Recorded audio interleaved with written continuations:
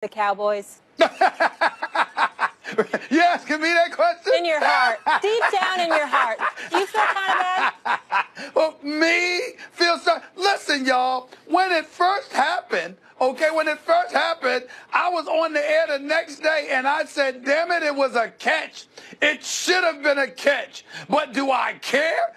Absolutely not. Why? Because what did I say, Will? Let me annoy Will Kane this morning. What do I always say, Will? What can go wrong will go wrong. It's who they are. It's just who they are. It's just that simple. It plays right into my hands. All right, years later, 3 years later, we've now learned it's a catch.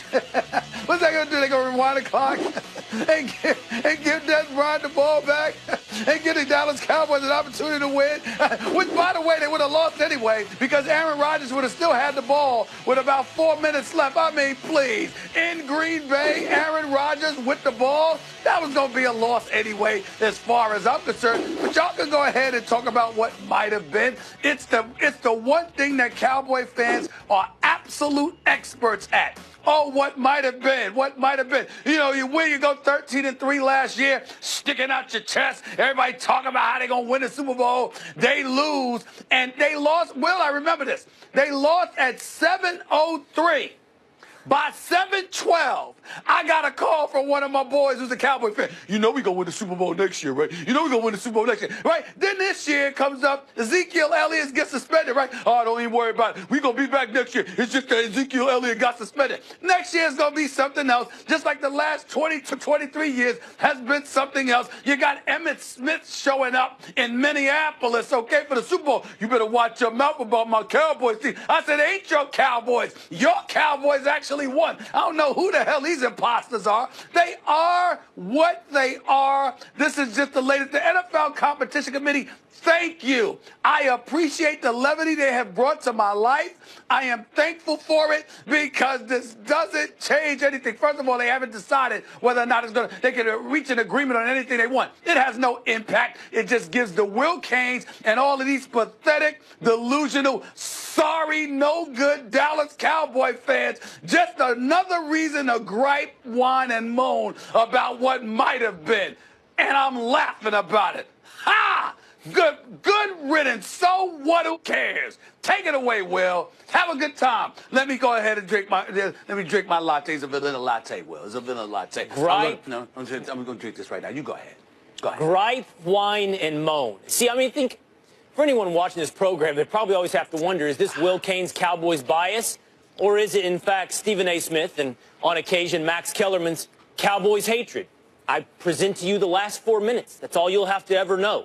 Stephen A., you admit that both the day after that incident, the day after that game, and then sitting here today, you have no care in the world about right and wrong. Right and wrong is of no consequence to you. You don't care what should have been. You don't care about what is. All you care about is that it somehow made you feel that validated about what can go wrong, will go wrong. It's not limited, by the way, to things that happen on the field. It happens in the offices of New York City, in the replay booths that we review things incorrectly. Whatever plays into your hand of what can go wrong, will go wrong, you embrace it. It doesn't matter about right and wrong. I don't care either what this competition committee said today. I don't feel validated because it was obvious. It was obvious from day one. All you've done today is tell us what we all already knew, well, that it was a catch. May I ask you a question, Will, because you're getting on me for my bias. What about your bias? Will Kane, was it not difficult to find you the next day? You're a brave man, obviously cares about truth, justice, and the American way. Right, all right, wrong. all of this other stuff, right or wrong, all of this other stuff, right? When the Dallas Cowboys sat up there and stunk up and ended up losing that, not that particular playoff game with the catch, but even last year to Green Bay, was it not difficult to find you the next day? No. Because you didn't want to show your face? That didn't happen? No, I was here. Molly, was I here? I didn't say you were not here. I didn't say you were not there. I said was it not searching the hallways for me? Did you not come on the air and say it was difficult for you to show up to work for the first time? You didn't want to show your face because you were so disgusted. I do what is hard. Is that not bias? Is that not you rooting and being a homer? Isn't that you? That's me being honest. You can love, but I can't hate. That's me being honest. You can love, but I can't hate.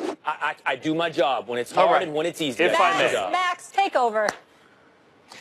They got the call right on the field, by the way. So? It was a bad rule, but they got the call right. Now, that's number one. They didn't blow the call. It was a bad rule, and everyone acknowledged that the next day. 2, Stephen A. Smith is right. Aaron Rodgers got the ball back. He would have had the ball back with 4 minutes to go. What do you think your odds are to win? Slim and none. And Slim left town. I mean, what happened the last time Aaron Rodgers got the ball back when the Cowboys came back on him, Will?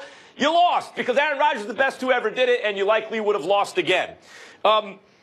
I agree that, especially once the ball crosses the goal line, who cares if it survives contact with the ground? The rule was idiotic because it presupposed that not surviving contact with the ground suggests you didn't have control the whole time. But you did have control when you crossed the goal line. So good, the rule's going to be changed. Will, this is very good for Cowboys fans because now you guys have excuses. And excuses are better than nothing. And if you didn't have the excuses, you'd have nothing. Take it from a reformed Knicks fan.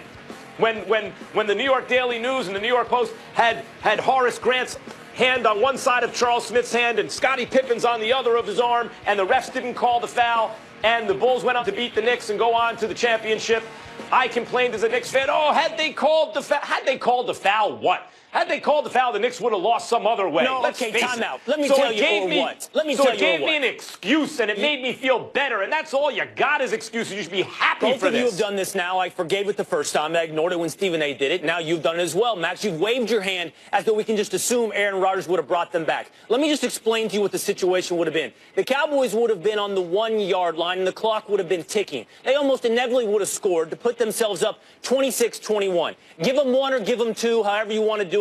They're up 29-26, 28-26, whatever you want. And the clock is ticked. You're looking at about 2 minutes to go, right? Now, you seem to think that's an obvious Aaron Rodgers victory. Let me just ask you this. What did we also assume was an obvious victory? Could it have been the greatest quarterback of all time who'd thrown for 500 yards that day, down by 5 with the ball with 2 minutes to go? Didn't that just happen a month ago? Didn't that just happen? Didn't Tom Brady, Tom Brady is no Aaron Rodgers. Tom Brady's no Aaron Rodgers, and the Cowboys' defense is no Eagles' defense.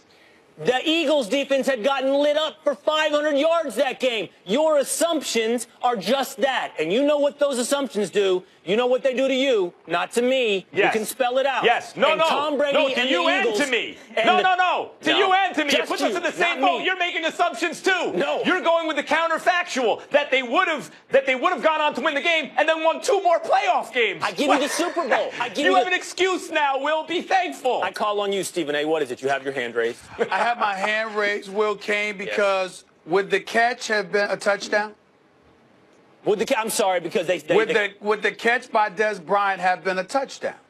No, he'd been down on the 1. Right, so he'd have been down on the 1, right? Right. It's not possible that they could have made a mistake at the 1-yard line.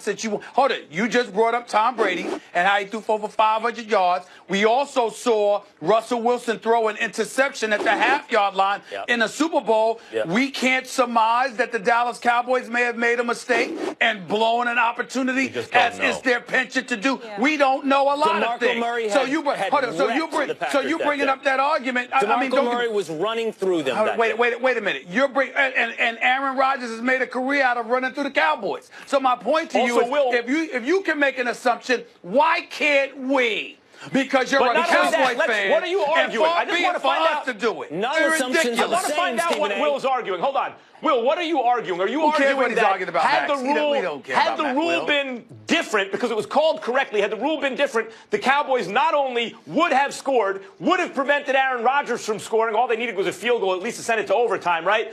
And then would have beaten Seattle, and then would have beaten the Patriots? Exactly what are you arguing would have happened? Now, Max, you know better than that. You're better at this job than you're pretending to be right now. I didn't argue that they were really the Super Bowl champions. I didn't argue that they would have beaten the Patriots in the Super Bowl. I didn't argue even that they would have won the NFC Championship game. You're arguing against a ghost. You're arguing against the straw man that you created. What are you arguing? That's what I'm asking. I'm telling you this. We've learned 2 things today. Number 1, that was what we all knew all along. It was a catch. And I'm arguing also that you guys waving your hand as didn't matter anyway because Aaron Rodgers would have won the game is a huge assumption. It makes you look like something, not me. A huge assumption. But also that waves your hands at what just happened in the Super Bowl. And the main thing I'm arguing is this, that Stephen A. doesn't care about right and wrong. All he cares about is that he gets to hate on the Cowboys no matter what happens on the field or off the field. No, he cares tell about the when truth. he's Are you right. happy right now? Yeah, You that's have right. an He just excuse. cares Will, about tell when the he's truth. right. He proved himself right. Wait a minute. A couple of things. Number one, Will, I'm very offended by that.